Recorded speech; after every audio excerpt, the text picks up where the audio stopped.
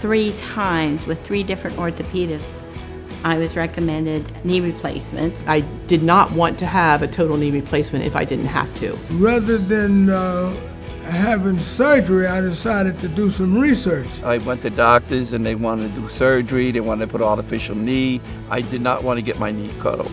When I first met with the doctor here at ARO, I was very impressed. You know, they know what they're doing. ARO changed my life.